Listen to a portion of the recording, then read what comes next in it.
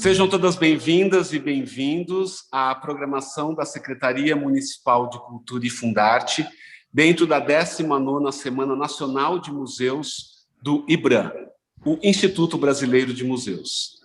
Meu nome é Weber Anselmo Fonseca, eu estou coordenador executivo de Acervos e Patrimônio Histórico aqui na Secretaria de Cultura.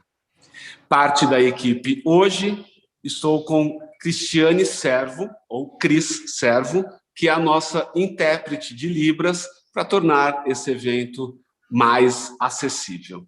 Obrigado, Cris. Hoje é o nosso segundo encontro, lembrando, como já foi dito, que o tema deste ano, na Semana de Museus, é o futuro dos museus, recuperar e reimaginar. Nós vamos dar um passo neste encontro, conceituando e trazendo a importância de termos relacionados a patrimônio histórico, não só especificamente sobre museus, mas porque o museu, né, ou a instituição museu, está dentro deste guarda-chuva que é o patrimônio histórico e cultural. Então, para isso, a gente convidou duas pessoas muito especiais. Temos aqui a Alessandra de Lima, que é arquiteta, urbanista, agora doutoranda na área. Neste momento, ela ocupa a gerência de documentação histórica, museus, biblioteca e acervos aqui da Secretaria Municipal de Cultura. Ou seja, nós literalmente trabalhamos lado a lado. A Lê, eu tenho o maior prazer em receber, porque ela tem sido a minha mão direita, a minha mão esquerda, meus olhos, e é nela que eu estou confiando a condução dessa minha entrada na gestão pública. E eu sempre brinco que ela é uma enciclopédia, e eu sou muito grato pela presença da Alessandra como uma parceira de trabalho. Seja bem-vinda, Lê. Eu que agradeço a oportunidade, é um prazer estar aqui, né, nessa semana com vocês nessa live, um prazer trabalhar com você, ter você conosco aqui na Prefeitura, na Secretaria, e quero agradecer mesmo e parabenizar pelo trabalho, e por essa semana, pelo todo o envolvimento e pelo desenvolvimento dessas lives. E vamos juntos. E também o Joel Venceslau de Oliveira Júnior, também arquiteto e urbanista, professor universitário, como a Alessandra, que eu não citei. Neste momento, está na gestão de projeto na Coordenadoria de Habitação da Secretaria de Desenvolvimento Urbano, da Prefeitura de Araraquara, e ele é presidente do CONFARA, que é o Conselho Municipal do Patrimônio Histórico, e vem desenvolvendo um trabalho de muito empenho, de muito compromisso, e o nosso diálogo tem sido muito produtivo. O CONFARA tem um nome extenso que eu vou ler, porque é importante entender a abrangência conceitual e de trabalho, né, funcional, deste conselho. Então, o CONFARA é o Conselho Municipal de Preservação do Patrimônio Histórico, Arquitetônico, Paleontológico, Etnográfico, Arquivístico, bibliográfico, artístico, paisagístico, cultural e ambiental de Araraquara. Nós vamos falar mais a respeito do CONFARA daqui a pouco, mas entender essa nomenclatura tão grande e extensa nos dá um lugar de conforto no sentido da abrangência que o Conselho tem em busca dessa preservação, né, e do reconhecimento destes espaços. Bom, seja bem-vindo, Joel. Obrigado, Weber. Obrigado, Alessandra e a Cris também. Bacana participar desse evento. Agradeço ao convite, a oportunidade da gente conversar sobre patrimônio histórico e sobre CONFARA. E parabéns pela iniciativa e vamos lá. Vamos lá. Bom, então, para começar, a nossa ideia, nós estamos falando de alguns aspectos durante esses 4 encontros virtuais, que é parte da nossa programação, e a gente acredita ser importante, ainda no início, trazer alguns conceitos, porque a grande intenção de estarmos participando dessa semana é aproximar a população, a comunidade, a sociedade, especialmente de Araraquara, a esse valor que tem o patrimônio histórico. Então, eu gostaria de começar fazendo definições mesmo, né? Como que nós podemos explicar o que é um patrimônio histórico? Já abrindo o que é o patrimônio histórico e já abrindo 2 campos ou 2 vertentes que estão mais próximos dos nossos ouvidos, que é o patrimônio material, como se diz, ou o patrimônio imaterial, que também tem sido chamado de patrimônio sensível, ou patrimônio intangível. Então, eu gostaria da gente começar com essa definição. Vamos falar então um pouquinho sobre a importância do patrimônio. O patrimônio ele nos remete à memória, né? Então, patrimônio cultural basicamente é um conjunto de valores culturais, do saber, do construído, de construções mesmo, de maneira geral, e que eles são importantes para a comunidade.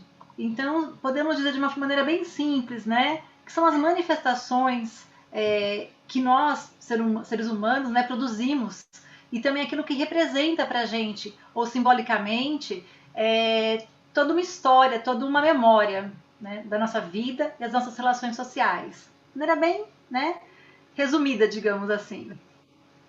E pode ser material e imaterial. Em relação ao material, é aquilo que a gente pode apalpar, é tangível, né? São os nossos bens materiais. Pode ser um imóvel, por exemplo, monumentos, edifícios, meio ambiente também, alguns elementos naturais que têm significado importante, e alguns bens móveis também, como por exemplo um mobiliário, uma cadeira, um sofá, uma obra de arte, documentos, vestuários. E tem um outro também bem cultural, digamos assim, que ele é intangível. É aquele que a gente não pega. É aquele que, por exemplo, está muito na nossa memória. De repente, uma lenda, um ritual, um costume, uma comida. Então, nós podemos dizer que tudo aquilo, né, que a sociedade produz, enquanto... A gente fala cultura, né? A nossa cultura. Sim. E, nesse sentido, esse tem o seu valor. Então, o patrimônio histórico trata disso, de nós realmente temos esse cuidado de conhecer a nossa história e essa memória. O patrimônio... Desculpa, João, você quer falar? Não, eu ia colocar algumas coisas assim em relação ao patrimônio, como uma definição do Rodrigo Melo Franco de Andrade, que coloca que é um espólio patrimônio, né, o patrimônio cultural, espólio de bens materiais móveis e imóveis aqui produzidos por nossos antepassados, como valor de obra de arte erudita ou popular, ou vinculadas a personagens e fatos memoráveis da história. São documentos de identidade. A substância deles é que comprova, melhor que qualquer outra coisa, nossos direitos sobre o território que habitamos. Acho que é bacana, que é bem completo isso, né? E apesar de no início parecer que só fala do patrimônio material, mas quando diz que é uma identidade, ele fala sobre tudo, inclui o material e o imaterial, né? E assim, para completar, e assim, falar um pouco mais do que a Alessandra já disse, para completar o que ela disse, né? A Constituição Federal de 98, nos artigos artigo 215 e 216, ele separa os bens materiais e imateriais, né? E E assim, eu achei interessante, se a gente, a Alessandra já definiu de maneira bacana o que são esses bens, e assim, se a gente trouxer aqui para a cidade, eu acho que a gente pode colocar como exemplo de patrimônio material, seria o centro histórico da cidade, né, onde tem patrimônios ligados aos edifícios, né, alguns edifícios tombados, e até espécies de árvores, né, que é o itis. A tipuanas eu não tenho certeza se é também, Sim, né? ela é. Então, para ter um exemplo mais local, seriam esses. E os bens, e um exemplo possível, talvez, de bem imaterial, que acho que ainda é um item que a gente precisa de levar para discussão, né, Lê? Mas eu acho que a festa do baile, a festa e o baile do Carmo poderia ser considerado, né? E a festa do milho, que também está como pedido, seriam uns para ter um exemplo mais local e talvez ficar mais claro, né, de todos entenderem o que é. É isso, acho que é para completar só. Sim, porque a gente, dentro da coordenadoria ou dentro de uma secretaria de cultura, esse diálogo flui, né, com uma certa naturalidade. Mas aqui há um exercício da gente pensar que talvez uma pessoa que tenha menos contato com o assunto. E, num primeiro momento, me parece que a gente identifica muito rapidamente o patrimônio material. Sim. E, especialmente, o arquitetônico. Né? Tem uma palavra... Seria o material imóvel, né? Não entendi, desculpa, Joel. O material imóvel, né? Aqui o material imóvel, direta. né? Então, uma casa antiga, né? Parece que isso, as pessoas associam no primeiro momento esse conceito, né? Uma casa, um prédio. Até eu penso que um monumento ou uma obra de arte é num segundo momento que a gente vai estabelecer essa relação. Porque a gente tem o tal do tombamento. O tombamento é uma palavra que ele sempre está percorrendo, né, os noticiários, digo de forma não só no âmbito local, mas nacional ou internacional, né, um bem tombado, né, uma casa que foi tombada. E isso está muito relacionado nessas notícias a bens imóveis, né? Só te interrompendo, eu acho que a palavra tombada para a gente já ficou definido o que significa, né? Mas eu acho que tem até os portugueses usam salvaguarda, né? Que eu não sei que eu acho que porque tombado tem aquela ideia também de destruído, né? E salvaguarda eu acho que fica salvo e guardado, acho que fica talvez, né, até mais fácil de entender, mas que a gente já entendeu como tombamento mesmo, salvaguardado mesmo, né, o imóvel, o bem, né, o bem cultural. Aproveitando a deixa aí, tanto de uma questão sobre o bem imóvel, os bens intangíveis a gente não tomba, né? Então é uma curiosidade, a gente usa o registro. Então, normalmente é uma outra forma da gente salvaguardar esse bem para proteger.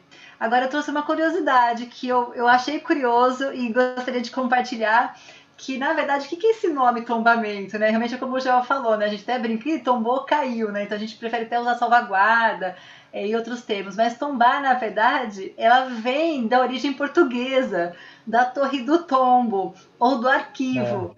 Então, uma das torres do Castelo de São Jorge. Então, era onde eram guardados documentos importantes, que hoje fazem parte de um acervo central lá, né? No estado português. Mas eu achei muito legal trazer essa oportunidade aqui, trazer essa curiosidade. Porque tombar é se inventariar mesmo, se arquivar. E então, é só por curiosidade mesmo o tombamento. E os portugueses não usam tombamento, apesar de vir de lá, né? Sim, usa salvaguarda, né? O termo salvaguarda. E salvaguarda, ele tem estado mais presente, né? No trânsito das informações hoje em dia, né? Mas o tombamento se tornou uma palavra popular, né? É que ele E, também é um instrumento jurídico, administrativo, desculpa, É, que é um método que nós temos realmente para salvaguardar, né, para proteger esse bem. Nós temos a proteção e temos o tombamento, né? Então é também nessa utilização por legislação também, né? uhum. e quando entra-se com esse instrumento administrativo, né, Lê, que você falou, Isso, ele é administrativo, ele não de é jurídico. tombamento, o que ele significa em termos práticos? Então, vamos pensar num imóvel, vamos pegar um exemplo aqui de Araraquara, onde está localizado o Museu Mapa, que era a casa do maestro Tescari, é um imóvel tombado, correto? Já eu gostaria de falar. Então pode seguir. O mapa, ele é um móvel, ele é uma casa com sua relevância histórica e também ela tem um estilo colonial, então tem também um valor arquitetônico. Ele foi tombado por Araraquara, pela Lei Complementar 850, né, de 2014, anexo 7. Então ele é preservado e aí na época, né, ele foi escolhido como imóvel, então tem um trâmite. Não sei se era desse trâmite que nós vamos falar agora, mas quando o processo de tombamento, a gente tem um trâmite. Qualquer cidadão, qualquer pessoa pode entrar solicitando o tombamento de um imóvel. Normalmente você dá entrada a isso na prefeitura, que é encaminhado ao Confara, né, Joel? Uhum. E aí no Confara existem câmaras técnicas, relatorias, que vão estudar sobre aquele imóvel, sobre esse bem, no caso, o exemplo do mapa, né, do Museu de Paleontologia e Arqueologia, atualmente, né, tem esse uso, antiga casa do Maestro Tescari, e ele passou por um processo de análise arquitetônica, histórica, pré-histórica, né, ou de artes, aí vai para as relatorias, e uma comissão, e na verdade os conselheiros representantes tanto do governo como da sociedade civil, consideraram esse bem como um bem relevante na nosso imaginário, né? Para a imagem, para a memória de nós, local, araraquarense aqui. Porque nós também temos tombamentos nacionais, estaduais e temos locais. Ele é um exemplo de um imóvel local, de relevância local. E aí, quando é definido, né, então a gente define, determina que aquele imóvel está com sua relevância, está salvaguardado por esta lei, por esse instrumento administrativo, o que pode e o que não pode, há um mito do tombamento, né? Então, o que pode e o que não pode. Em linhas gerais, só para a gente entender que não é um dragão, né, o tombamento. A partir dele é possível que se gere muitos frutos, né, economicamente falando, né, por conta do turismo, da cultura. O Joel falou uma questão da identidade ali na definição inicial, e que tem algo muito importante quando agora você fala, tem uma importância local, né, para a memória local, que a gente considera a subjetividade desses indivíduos e dessa sociedade. E considerar a subjetividade de um indivíduo é uma atitude cidadã, né? E que acho que a gente tem que sempre refletir a respeito disso em qualquer aspecto da nossa vida. Talvez seja uma crença minha, mas que eu procuro versar e viver a partir dessa perspectiva da subjetividade. Bom, depois do meu momento filosófico, deixa eu voltar à pergunta.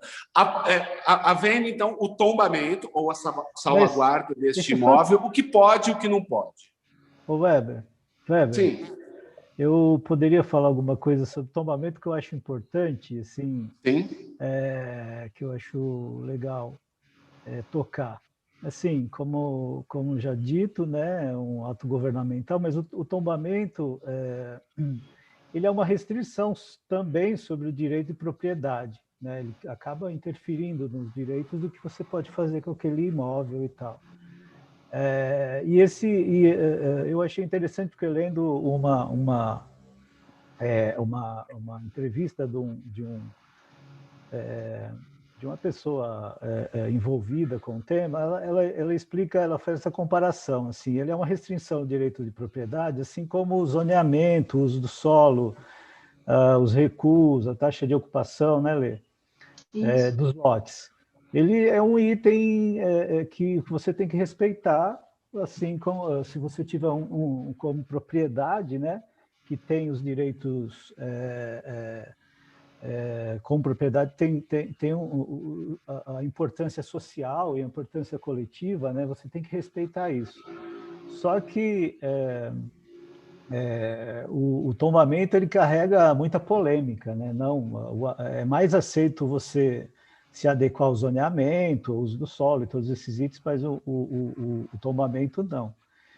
E isso muito provavelmente pela nossa maneira de entender a propriedade como uma coisa muito, né, assim, muito de imposta. Se você tem a propriedade, você tem o direito de fazer o que quer com ela. Mas a gente tem que entender também essa importância, a função coletiva e social da propriedade. E aí acho que fica mais claro a gente entender a necessidade de se preservar, né? Porque o benefício às vezes não é momentâneo, não é urgente, assim como a necessidade de preservar, mas ela tem que ser encarada como um encaixe à legislação, ou seja, eu não deixo de ser proprietário, só que eu tenho que aceitar algumas definições para que isso seja possível numa coletividade, traga benefícios sociais e tudo mais, né? Esse ponto, já eu também penso que seja importante a gente abordar, que às vezes as pessoas pensam que ao ser um imóvel tombado, significa que ele vai ser desapropriado. Não, de hipótese alguma, não tem esse significado. Exatamente. Então, esse é um Existem primeiro essas duas ponto. pontas, exatamente. Sim, Você, ao que a mesmo tempo que você gente... não vai perdê-lo, mas você tem o direito você tem o dever também de entender as necessidades de preservação, Sim, né? e também a valorização desse imóvel. Sem Ele dúvida. tem um valor histórico, um valor Sim, arquitetônico, e, de fato, existem instrumentos.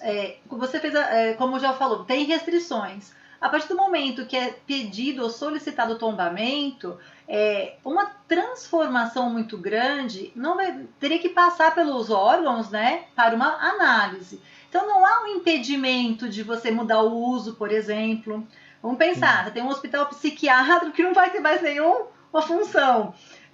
Não pode mudar a função? Pode, é um novo uso, por exemplo. Não tem impedimento de uso daquele imóvel. Então, né, você pode... Agora, em relação a transformações radicais, você tem que passar por um grupo de pessoas, por técnicos, por pessoas que vão analisar o que significa essa alteração. Então, também não quer dizer que você vai...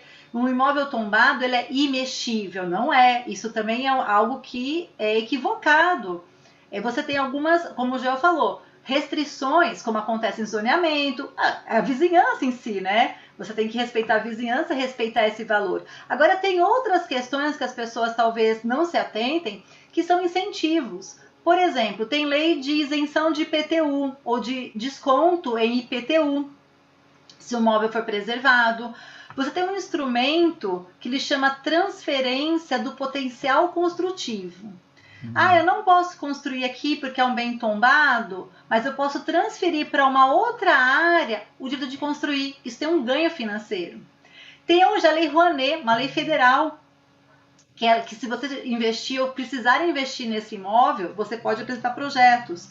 Existe uma situação também de lei federal que é incentivo para imposto de renda, você pode ter abatimento no seu imposto de renda. Então, existem incentivos também. E existe também a situação, por exemplo, vamos supor que eu tenho um imóvel tombado e eu não tenha condições de preservá-lo, ou manutenção é uma coisa, só eu não deixar pegar fogo, né, mexer na parte elétrica, tubulação, tudo mais, a questão da umidade, de conservar, mas vamos supor que o imóvel está numa situação e eu não teria condições. Você também pode, se você comprovar sua renda, comprovar por documentos que você não tem como, por legislação, o órgão que tombou terá que tomar providências em relação a isso.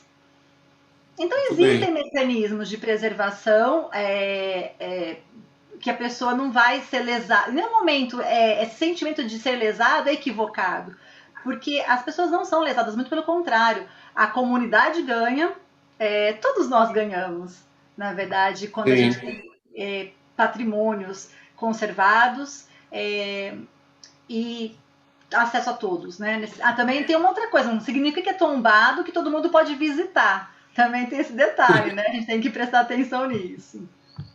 Quando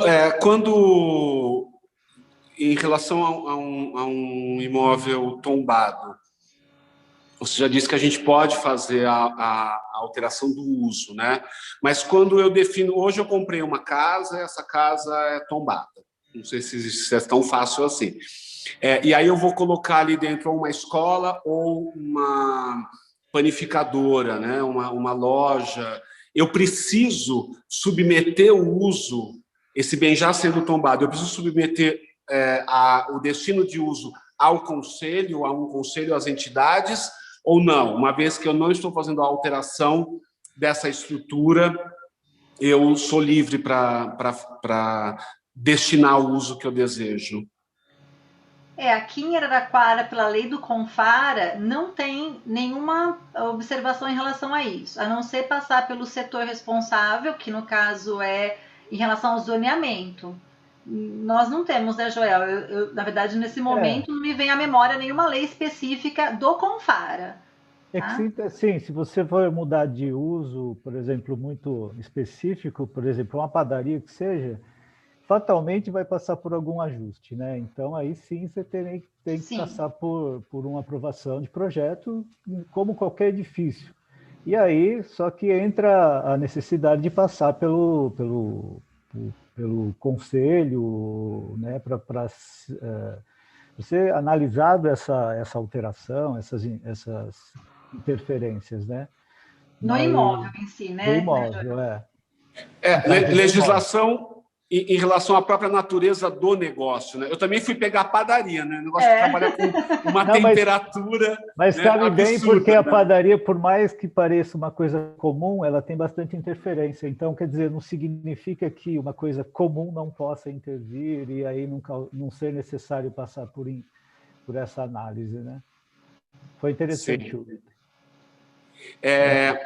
Quando a gente tem a lei, existe algo também que é a área envoltória, um conceito de área envoltória, né?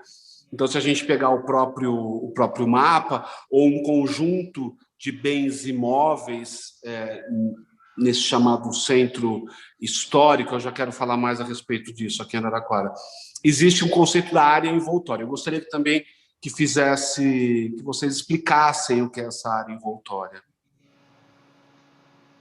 Pode começar. Joel, eu falo. Pode ir, depois eu te acompanho. Não, pode falar então, porque eu estou falando muito, eu estou achando. Assim, é uma leitura meio que eu entendo como área envoltória. Acho que tem definições, eu acho que do CONDEFAT, se eu não me engano, tem duas formas que eles consideram de área envoltória, né, Ale? A primeira, eles mudaram agora, né? A primeira que é um raio, né, a partir com um ponto central no patrimônio, e aí um raio de 300 metros, mas foi antes da mudança da lei, né? Eles mudaram já essa... Mas ainda é relevante aqui, ainda é, né? Atingir uma série de... É porque nós tivemos bens tombados pelo CONDEFAT nesta lei antiga, em que quando você tem um bem, ele tem 300 metros de diâmetro de área envoltória, que é uma área onde... Faz uma projeção, né, tendo o centro esse bem tombado. E tem outro que é o entorno imediato, ou seja, as quadras que fazem o contorno daquele bem. Eu acho que acaba a área envoltória, né, quando esse raio ele define o centro histórico, né, porque a quantidade de bens que estão tombados, ela vai definindo aquela área que é o centro histórico da cidade. E assim, eu acho interessante porque de um modo ou de outro, o modo do entorno ele faz a relação direta, né? Ou seja, eu tenho visual, visualmente eu estou num ponto em que eu enxergo o bem tombado e a área envoltória. No caso do raio, muitas vezes eu estou num ponto que eu não sei exatamente, eu não estou visualizando o bem tombado, mas ele define toda uma área que é importante e que provavelmente ela não seria preservada se não tivesse esse cuidado, né? Então a gente vê alguns edifícios, alguns imóveis que ele não tem uma importância sozinho, mas o conjunto é necessário. E aí é onde a gente tem umas coisas legais que acaba ficando mesmo não tendo aquele valor, sei lá, do morador ou mesmo da arquitetura icônica e tal. E isso faz com que se preserve algumas coisas que venham a ter o seu valor, né, dos moradores e que transforma aquele visual urbano e tudo. Eu acho isso importante, né? Então é isso. Só uma questão, então, para deixar, Eu só para queria fazer acrescentar, que eu peço para vocês acrescentarem. Então, no conceito da área envoltória, nesse entorno imediato, ou nesse raio, ou nessas quadras, né, que fazem, que estão ao redor, no entorno do imóvel, se eu sou proprietário de um outro imóvel, eu tenho restrições para alterar o meu imóvel. É isso? Pode ser que sim, né? Porque assim, na verdade, essa área envoltória, só para ressaltar mesmo, é para tomar um cuidado para que o bem tombado não seja, por exemplo, escondido, não seja abalado. Então, qualquer interferência que puder influenciar nesse bem tombado é este o cuidado maior, na verdade. Então, por isso que até mudou a legislação, porque, como o Joel também já falou aqui na nossa reunião, aqui nessa conversa, de que você tem imóvel que está ali tombado, mas está a 3, 4 quadras que você não está nem vendo o imóvel. Então, quer dizer, não vai ter uma interferência neste bem tombado. O cuidado da área envoltória é em relação a qualquer intervenção que possa ocorrer, né, num bem tombado. Então, existiria alguma restrição, de repente, gabarito, altura dessa edificação. É um exemplo, né, Joel? Eu acho que isso, considerando o envoltório do entorno imediato, acho que é isso. Mas, assim, acho que tem também essa lógica de que existe algum desenho, existe um conjunto de formação que, às vezes, tem que ser preservado mesmo que solidário ali, ele não teria essa importância de preservação. Eu acho que esse Mas isso acho que primeiro seria mais um inventário mesmo. É um inventário que a gente tem, talvez, essa visão local desses bens, né? Esse primeiro momento do envoltório, eu acho que também segue um pouco isso. Eu acho que aí soma-se me fugiu o nome que você falou, essa lista de imóveis, né? O inventário. Inventário. Mas acho que essa situação de criar de deixar essa marca da paisagem urbana não só no entorno imediato, acho que é interessante também, principalmente nesse ponto. Eu acho que é claro que isso depende de vários pontos, né? Tem locais da cidade que não daria para ser isso, até porque não teria seria mais adequado o envoltório do entorno imediato, né? Mas em alguns pontos, principalmente no centro, eu acho que isso se encaixa bem ali. Para ilustrar essa questão da área envoltória que nós estamos conversando no momento, vamos dar o exemplo, então, aqui em Araraquara. Nós temos o Palácio das Rosas, que foi um prédio tombado pelo CONDEFAT, que é o Conselho de Patrimônio Histórico do Estado de São Paulo.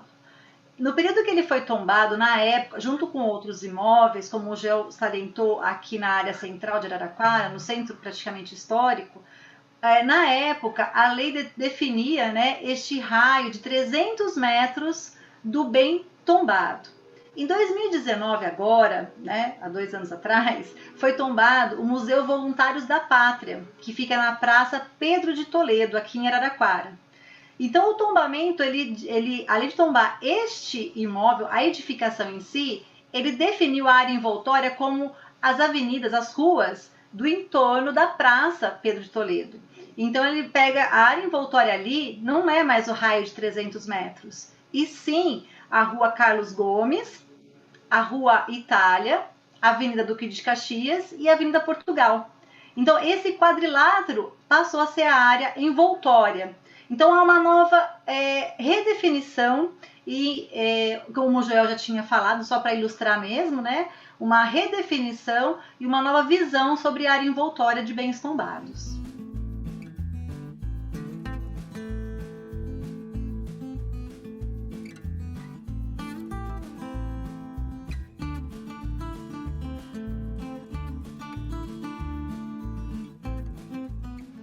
Só para a gente situar, é importante, porque a gente falou do CONFARA, né, que é o Conselho Municipal, agora você trouxe o CONDEFAT, que é um órgão... Tem o IPHAN também, que é nacional.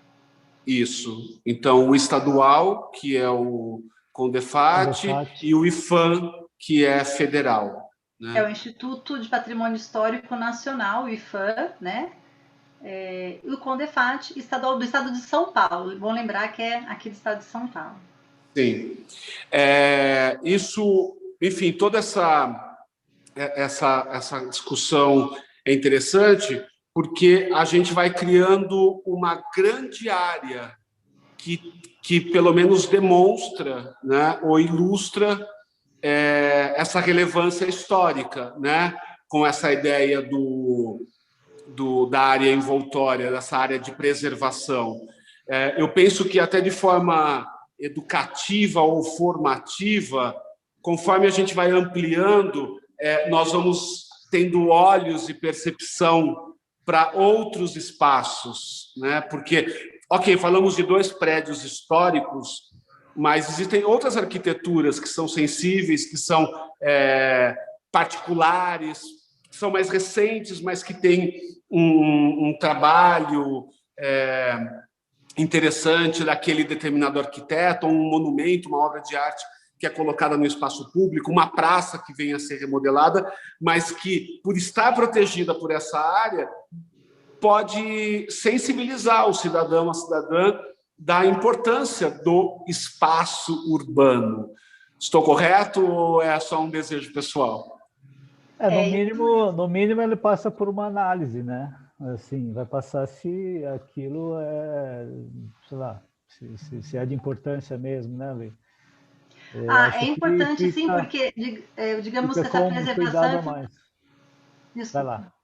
Não, eu estava terminando dizendo que é um cuidado a mais, que passa por um filtro, né, para a gente ter uma certeza se é necessário. Voltando um pouquinho no nosso início, né, falando sobre a memória, sobre o fazer, sobre a gente ter isso de trazer um legado praticamente, né? Então essa questão de patrimônio histórico envolve sim a questão urbana, é vinculado com a questão urbana, ainda mais ultimamente, né, que nós vemos assim as perdas de vínculos, a questão de você realmente entender um pouco a cidade, a sua história, o seu desenvolvimento, e aqui é por isso que é importante sim. Nós temos aqui em Araraquara esses bens tombados de uma época que a gente vê uma arte eclética, né, uma arquitetura eclética, alguns bens tombados, mas também temos patrimônio de Art Deco, patrimônio de modernismo, que o modernismo é muito forte ainda, né, na arquitetura, né, Joel?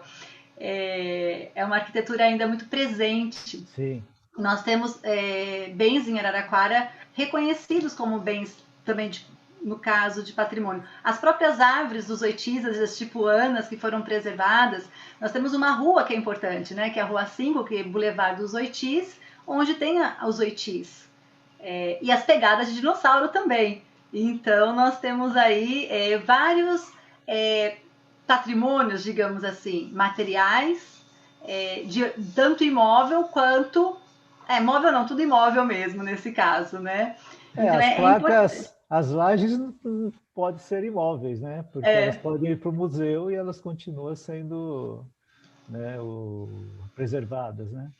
E lembrando que, além desses imóveis, nós temos alguns imóveis tombados pelo Condefat, alguns imóveis protegidos por lei municipal, nós temos também imóveis que o Confara tombou. E o Confara tombou arquitetura tumular, né, Joel? 11 túmulos Sim. aqui no cemitério, 4 bens móveis rodantes ferroviários, que são 2 locomotivas e 2 carros, né, Joel? Uhum. Pode ir falando, Joel, que senão eu empolgo aqui. Não, vai lá. Não, eu acho importante a gente fazer essa lista. E deixa eu só fazer um de trás para frente, ou criar uma hierarquia no sentido. Do IPHAN, existe algum reconhecimento histórico ao tombamento? Não, certo? Não tem. Tá. A gente tem do Condefat e do Confara. Isso, e da Lei Municipal 850. Ok. Que é do plano do diretor. Condefat, o que nós temos reconhecido, salvaguardado? Joel vai. Bom, eu posso... Do Condefat tem uma lista aqui, acho que com 11 itens, né? Que seria a Esplanada das Rosas, Praças da Matriz, a Praça da Independência, Praça Santos Dumont, o Hotel Municipal, o Clube Araraquarense, ou seja, o Palacete das Rosas. Que é o Palácio das Rosas, né, Joel? É bom lembrar. O edifício, o Palacete de São Bento, né? Que hoje é a Câmara Municipal. Isso, a Casa da Cultura.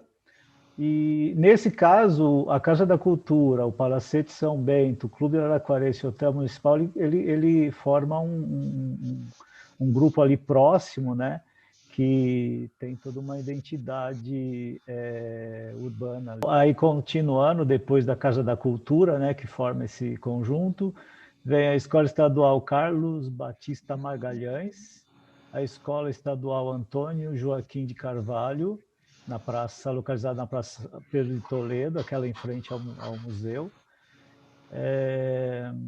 E Casa das Artes, Colégio Progresso, aquela casa da esquina ali no Colégio Progresso, que tem aquela calçada bem estreitinha. Esses são os bens. Aí tem o Museu Voluntários, que foi agora.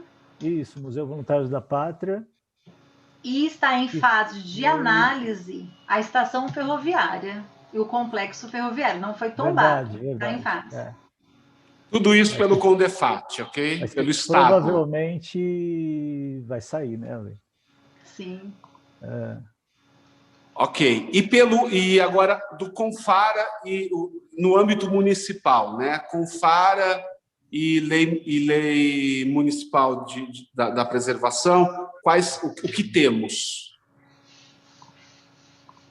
Pode ir, Lê. Quer que eu fale? Pode. Eu estou procurando uma coisa aqui. Tá. Então, nós temos uma lei municipal de 88 que tombou os oitis, né? Também de 98, depois de 10 anos, praticamente no mesmo período, as tipuanas. As tipuanas que ficam na Avenida Espanha, certo? Entre as ruas Padre Duarte e Expedições do Brasil. E os oitis... E que é uma luta e um trabalho de muito engajamento do próprio professor Rodolfo Telaroli, que leva, né, o patrono do Arquivo Público Histórico aqui na cidade, certo? Certo. E nós temos, então, alguns imóveis protegidos e tombados aqui no município. A própria Estação Ferroviária de Araraquara, a atual Museu Ferroviário, a Estação Ferroviária de Bueno de Andrada, a torre da antiga fábrica das Meias Lupo, a Igreja da Matriz de São Bento, o Hospital Beneficência Portuguesa, o prédio histórico que fica na José Bonifácio, tá? A Casa de Saúde Santa Isabel e a Santa Casa de Misericórdia, também é pelo município. O antigo edifício da Maternidade Gota de Leite, na esquina da Duque de Caxias com a Rua Carlos Gomes, né? O Museu Histórico e Pedagógico já tinha sido protegido por lei municipal e agora por lei estadual. O edifício da Estação de Tratamento de Água de Araraquara e Praça Fonte Luminosa, lá no DAI, né, na Fonte Luminosa. O Complexo Ferroviário do Ouro, que o Confara tombou como ruínas, porque é a situação que ele se encontra. O MAPA, que é o Museu, né, de Paleontologia e Arqueologia de Araraquara, antigo conservatório musical, do maestro José Tescari, A Chácara Sapucaia, que também tem o nome de Centro Cultural Professor Valdemar Safiotti, a Capela do Cemitério São Bento, e tem mais, gente, olha que bom. Praça Coronel Germano Xavier de Mendonça, que é lá na Princesa Isabel. Nós temos a informação que foi a primeira praça ali na Vila Xavier, né? O casarão sede do assentamento Bela Vista. Na usina Tamoio tem alguns imóveis, Ale, né? Oi. lembrando que o casarão é tombado, mas ainda tá em processo, né? O É processo do importante, casarão. Sim. importante falar a respeito do casarão, que o casarão ele não é uma propriedade do município de Bom deixar Araraquara.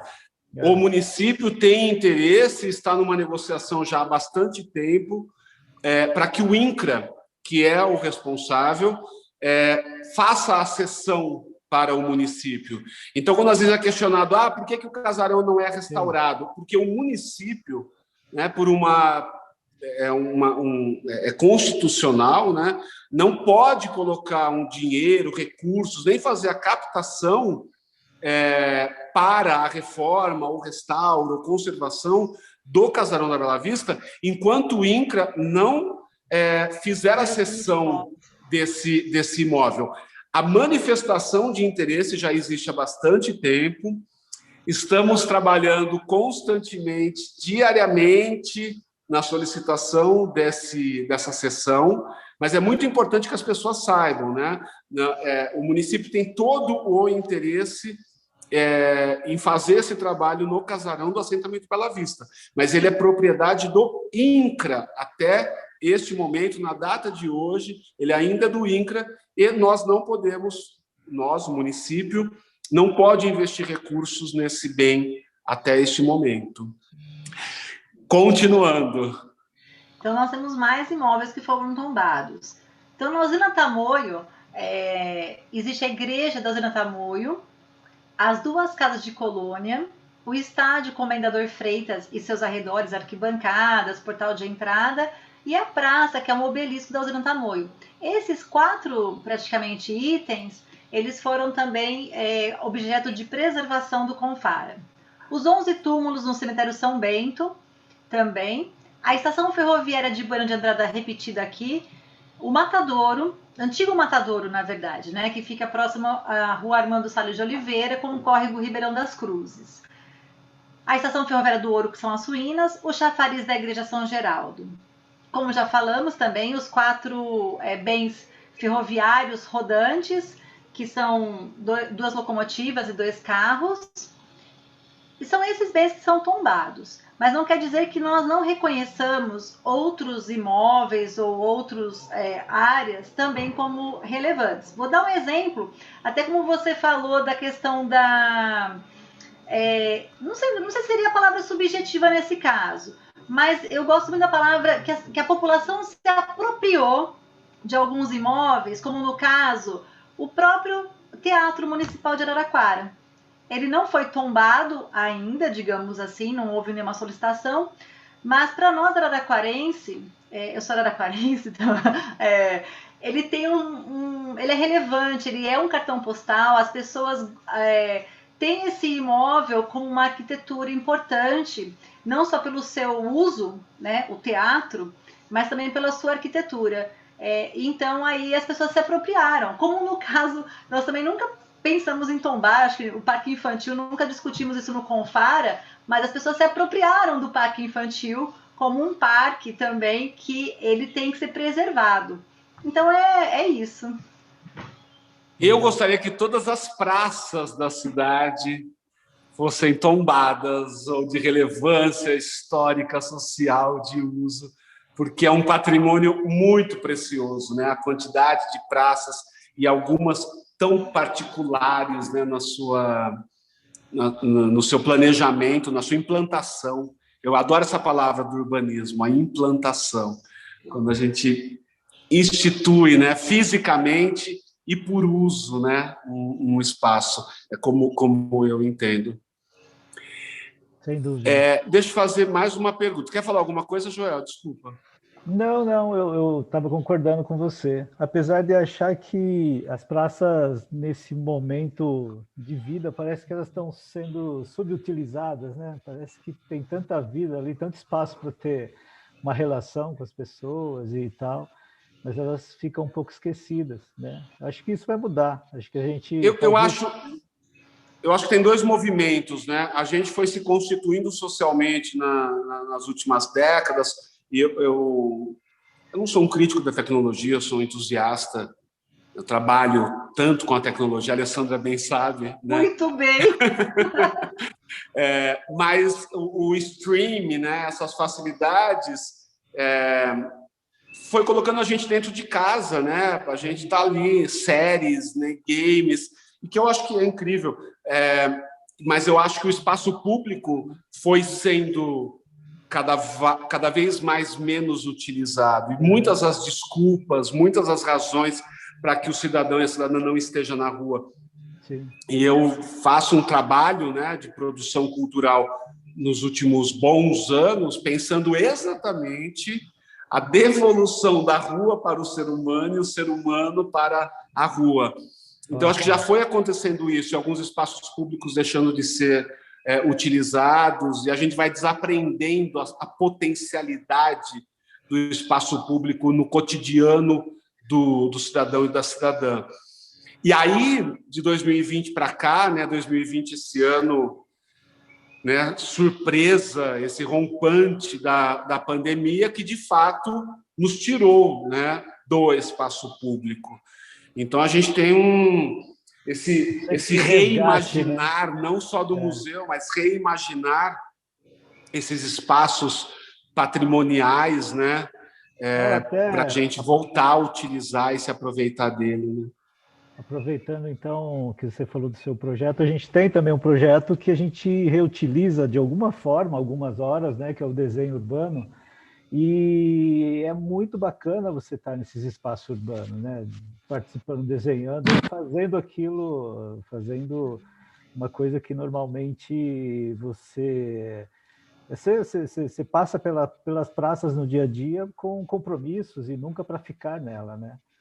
E aí, quando você vem com outra atividade do desenho, ou sentar, conversar, ler, sei lá, isso faz com que você enxergue esses ambientes de uma forma assim necessária e boa de estar lá, assim, por mais que às vezes precise de alguns ajustes e tal, mas eu falo, pô, esse espaço existe, né? E é bacana estar aqui. Então a gente A- a- redescobre mesmo. Redescobre a- através. E talvez com essa pandemia, essa redescoberta vai ser mais geral, assim, né? Sim. Fala, Lê. Eu gostei dessa abordagem da praça, porque assim, há muito tempo eu venho me perguntando, né, como fazer as pessoas se aprenderem das praças, delas utilizarem o espaço público. E realmente essa leitura que o Weber traz, ela é muito significativa, mas esse tempo que ele está comigo também, e o trabalho que ele desenvolve nas praças, né? O trabalho como você desenvolve como produtor. O Joel com os Urban Sketchers, né, Joel, que você trabalha Isso. também. Olha aí quantos movimentos para a gente retomar o espaço público, reinventando, né? Reimaginando. E os museus, eles são espaços públicos que a gente tem que, de repente, trazer de repente para fora, não sei como é que seria o termo correto, para a gente conseguir essa retomada, talvez, nesse novo tempo que nós vamos enfrentar aí, com certeza. Sim. Cris, é Bacana. muito importante esse conceito do urban sketch, que é o desenho do espaço público, né? Desenho urbano e costumes urbanos e Sim, e Costumes costumes. urbanos, Joel? oi? E costumes urbanos, é isso? Isso é feito em loco, né? Não é feito por foto, é feito Sim, Feito só o atualmente a desenho. gente é o desenho isso, mas é um Tá. desenho que assim, o conceito do projeto é você desenhar em conjunto, junto com pessoas, né? Não sozinho. A gente desenha sozinho também, mas a ideia é desenhar confraternizando, usando espaços e que seja realizado no local. né? Esse conceito básico. Claro, você sempre dá um toque a mais depois. O Joel podia apresentar um desenho dele nessa live aqui, viu? Nessa reunião aqui, viu, Joel? Deixa para uma próxima. Tem uma questão interessante, Lena, isso que você falou. Um dos espetáculos que eu fazia... Desculpa de interromper, só por causa desses Urban Sketches, que eu lembrei também, quando teve o pessoal de Torres Vedras, os portugueses, eles utilizam inclusive essa técnica de desenho, né, Joel? Para a memória, para registrar a memória. Então não é fotografia. É muito interessante. Vai além, viu, Lê? Eles têm não sei se a gente pode se estender um pouco mais, mas assim, rápido. Tem um programa que eles têm uma interferência urbana de grande porte que eles estavam fazendo em Torres Vedras e eles usaram os desenhos como forma de conversar com o entorno, o pessoal do entorno, para que as pessoas entendam o que está acontecendo ali e aceitem aquilo que vai mudar totalmente. Então, existia um programa de conversar, desenhando a pessoa e batendo papo, a pessoa ia servindo um café, sei lá, e ia cuidando dessa... para não ser uma forma impositiva, e sim trabalhada e até descobrindo o que a pessoa pensava e que queria, almejava daquele lugar e tudo. Então, vai muito além. O desenho, trabalhando assim, ele pode ser usado de várias formas, né? Tem um trabalho lindo do Kiko Lopes, do Francisco Lopes, que, né, trabalha também ali com o Bico de Pena, que ele fez, enfim, vários cenários da cidade, mas tem uma série que ele faz os ofícios, que ele faz algumas pessoas, né? Algumas pessoas que são mais... Não são personalidades, mas que são reconhecidas na cidade, né? Um funcionário, um servidor público, que eu acho muito rico, assim, e é de uma grande potência esse trabalho. Quando você falou das praças, Ale, tem um espetáculo que até pouco tempo, até a pandemia chegar, eu atuava, que era em praça, e a gente fazia em cima de árvores, né? O nosso palco eram as árvores.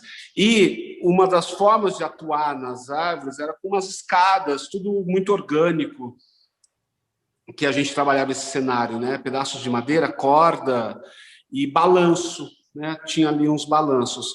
E a gente rodou esse estado de São Paulo inteiro. E tinha uma coisa muito interessante da ideia do uso, e que a Lúcia Helena Ferraz Sant'Agostinho, né, que foi minha professora de semiótica, que foi professora da arquitetura lá na Unesp Bauru, apesar de eu não ter sido da arquitetura, falava muito sobre a importância, né, como o uso é que define o espaço, né? E para mim se materializava quando esse cenário estava pendurado, e que não era um cenário, né? Era quase que um mobiliário, né? Porque era um balanço com um pedacinho de madeira, algo muito simples, e cordas. Então a gente montava isso muito antes do espetáculo. E era assim algo certeiro, que as pessoas iam passar pela praça, crianças, adolescentes, adultos, não importava a ideia, as pessoas pediam ou não, o que era mais divertido, e balançavam. Né? Isso já existe até como ativismo urbano em vários lugares. Mobiliário urbano até, né? Sim. Então as pessoas balançam. E é incrível como é um elemento lúdico e transformador. Ele dá uso, ele dá sentido para a praça. E que é algo simples. Claro que a gente tem que prever se a árvore tem saúde para isso. Não acho que é algo aleatório. Mas como são pequenos dispositivos que, pensando, né, o espaço como patrimônio, né? Nós falamos do histórico, mas o espaço urbano como patrimônio são pequenos dispositivos que podem disparar o uso, né, do cidadão neste espaço. É um objeto, um brinquedo, não sei exatamente como se encaixa, mas que passou por gerações, né? Quem que não usa até hoje, de antiga, nossos pais e nossos filhos, sobrinhos e tal, usam uma brincadeira super gostosa. Sim. Eu vi muito balanço, sabe? Eu tive em Paraty, em algumas praias tem balanço, assim.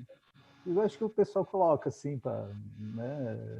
Como é um espaço público, você fica, mas é...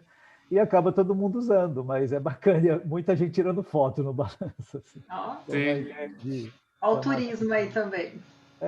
Muitas cidades, né, mundo afora, trabalharam com essa ideia, tem trabalhado com essa ideia de colocar um brinquedo, né? Sim. É que o balanço ele é muito simples. Pois é. A interatividade, talvez, né? O ato de você interagir com aquele espaço é muito importante, sim, porque isso vai ficar na memória também. E ele vai trazer, é isso que o João falou, né? Qualquer pessoa viu, passou, brincou, né? Sabe como fazer. Sabe como fazer. Você enxerga o local de outra forma, né? Em um movimento, em alturas diferentes, em situações diferentes. Você olha em volta, você enxerga diferente isso tudo. Em Florianópolis tem um recorte da Lagoa da Conceição, já está dentro, assim, não é tão gramado grande, as pessoas se reúnem ali, mais jovens, mas tem uma árvore assim, né, muito na margem da lagoa, e ali alguém colocou um balanço. E é incrível, porque é isso, você passa por uma experiência que ela é um registro para quase todo o seu sempre, né? Você fica flutuando sobre a lagoa, num espaço de compartilhamento, que outra pessoa pode estar desenhando, pode estar bebendo alguma coisa, conversando, e para mim é isso, a intervenção urbana ela pode ter um potencial. Muitas vezes a gente pensa a intervenção urbana só como a arte, né? Um grafite, mas esses modelos de intervenção urbana que propõem a pessoa ao uso do espaço, para mim, são os mais incríveis. São tão incríveis quanto, não vou pôr aqui, né? Mais. Todos têm o seu objetivo, o seu propósito e seu alvo, né? Eu queria trazer de volta um assunto aqui, né? Do começo, quando falou sobre o patrimônio intangível, imaterial, sensível, da possibilidade, né? A gente está conversando isso dentro da coordenadoria. A Lê e o Joel são fiel testemunho desse diálogo, mas do Baile do Carmo, né? Tem a questão do bairro, mas do baile ser reconhecido, que eu acho que a gente não pode mais esperar tempo para isso, não tem porquê. A gente teve começamos uma conversa com a Alessandra Laurindo, que está na coordenadoria, né, do Centro de Referência Afro, né, porque é legítimo que a pesquisa ali seja encabeçada por eles. E a gente andou conversando também sobre o movimento de devoção aos britos, né? O Cemitério das Cruzes tem ali o memorial, tem a capela, mas além daquele espaço físico, há um movimento devocional que merece uma atenção e que a gente precisa pensar em que nível a gente pode fazer o reconhecimento, a salvaguarda desse costume, né? Em relação aos britos, ao Santuário dos Britos, já tem uma solicitação da própria Coordenadoria de Patrimônio Histórico junto ao Confara, pedindo tombamento ou registro que seja, a maneira que puder ser realmente salvaguardado essa importância dos britos em si, porque tem romarias, né? E tem a Sala dos Milagres, tem uma questão histórica também relevante para a cidade de Araraquara, praticamente até hoje, é a nossa história. Então tem essa solicitação. Em relação ao Baile do Carmo, nós ainda não solicitamos ao Confara, mas com certeza vai ser um próximo ato aí. Faremos em breve. E tem mais um assunto importante que eu gostaria de trazer, que eu sei que tem um carinho especial da Alessandra e do Joel, que me apresentou aí num encontro entre conselhos de Araraquara e São Carlos, que é o tal do georreferenciamento. E tem outros termos, eu gravei esse e fico com esse, que é a gente pontuar num mapa, né, geográfico, assim como a gente faz busca, desses sítios históricos, desses bens materiais, imateriais, móveis e imóveis, e que eu tenho grande interesse de a gente trazer os bens sensíveis à memória para esse espaço, né? Aí queria só que explicasse o que é essa ferramenta aqui, para que todos saibam. Uma ferramenta. Pode falar, Joel. Não tem a mãozinha para levantar aqui. Não, eu vou iniciar assim, pelo que eu entendo também através dessa apresentação que a gente participou rapidamente, uma conversa inicial.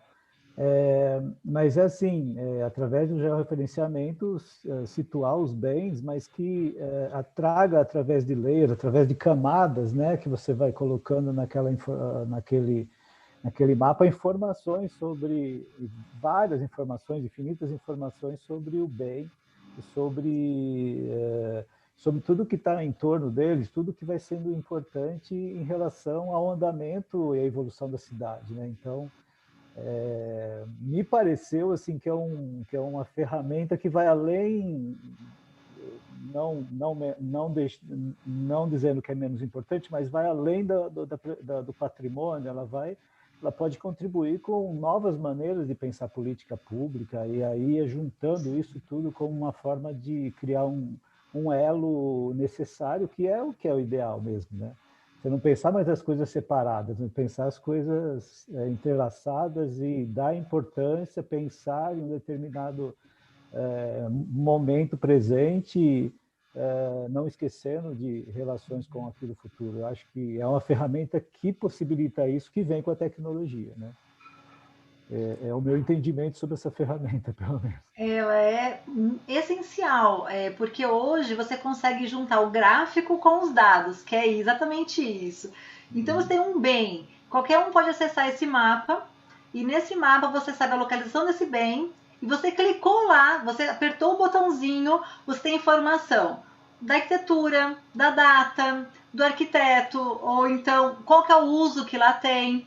Pode nos trazer como políticas públicas também em relação às intervenções, conhecer indicadores para aquela região, para aquele local. Ela é uma ferramenta de gestão, mas ao mesmo tempo ela com certeza nos amplia aí o trabalho junto com outras secretarias, outras ações de maneira integrada. É uma ferramenta, como já acontece no desenvolvimento urbano, como já acontece com mapeamentos que você tem, por exemplo, meio ambiente. Vamos falar de meio ambiente. Patrimônio aí de áreas de conservação ambiental. É patrimônio. Então ele já tem isso. Mas nós não temos acesso ainda. A gente teria que criar um único acesso para todo mundo. Então isso é fantástico. É importante isso. Desculpa, Lê. Eu amei, é incrível. É isso mesmo, precisamos disso. É importante que isso existe dentro da prefeitura para um uso específico de gestão lá no desenvolvimento urbano. Nós estamos falando aqui de ampliar para essas camadas diversas, e nos aguardem, porque eu estou muito empenhado em criarmos conjuntamente essas camadas. Só umas energias aí. O Joel tá apoiando, como o Fara tá apoiando, hein, Joel? Estou lançando uma energia aqui para o... Muito bem. Bom, gente, a gente vai terminando esse segundo encontro, que foi ótimo, que foi dinâmico, fico muito feliz. Alguma palavra, alguma consideração final, algo que você pretendia falar e que eu não perguntei, Ale, fique à vontade para encerrar. Acredito que nós abordamos tudo que envolve patrimônio, a sua relevância, a sua importância. Esclarecemos que a preservação envolve a nossa vida, a cultura de um povo, de uma comunidade, de uma nação. Então, acredito que nós falamos tudo. Eu agradeço mais uma vez essa oportunidade, agradeço esse bate-papo, e sair daqui, mais do que contemplada. Parabéns. É nosso. Joel, por favor. Também. Acho que foi bacana, dinâmico mesmo, e ao mesmo tempo que passa informações interessantes, de uma forma leve. Acho que é assim que a gente chega até que as pessoas entendam a importância desse assunto, né? E traz um sangue, um gás novo aí, o Weber, que acho que a gente tem que surfar nessa onda dele e aí tentando colocar coisas boas que dê frutos aí, né, Weber? Legal a sua iniciativa e a gente está aí disponível para outras que você nos convidar. Obrigado. Se depender de mim, eu venho com a gasolina e com a tocha de fogo na mão, gente. Que bom encontrar vocês pelo caminho. Isso está sendo muito bom. Que bom. Muito obrigada. Bom, pessoal, eu agradeço demais, Alessandra, mais uma vez, Joel, Cris, Servo, muito obrigado pelo excelente trabalho. Agradeço à Secretaria Municipal de Cultura, Tereza Telaroli, nossa secretária, por apoiar toda a construção desse evento. A Jussamara Moura, diretora executiva da Fundarte, que possibilita a execução dessa semana. A SECOM, Secretaria de Comunicação. Ao Brook Oliver, que é aqui da Coordenadoria de Patrimônio Histórico, e toda a nossa equipe. Brook é que faz aqui a ligação, a conexão entre essas pessoas na tela. Lembrando que o evento tem vídeo antes desses encontros virtuais e vai ter ainda alguns vídeos após este, e toda essa série, a abertura e 4 encontros, ficará disponível no canal do YouTube da Prefeitura de Araraquara. Informações, o nosso contato é patrimôniohistórico@araraquara.sp.gov.br. Muito obrigado pela presença de todos e até o próximo encontro. Até. Pode bater palma?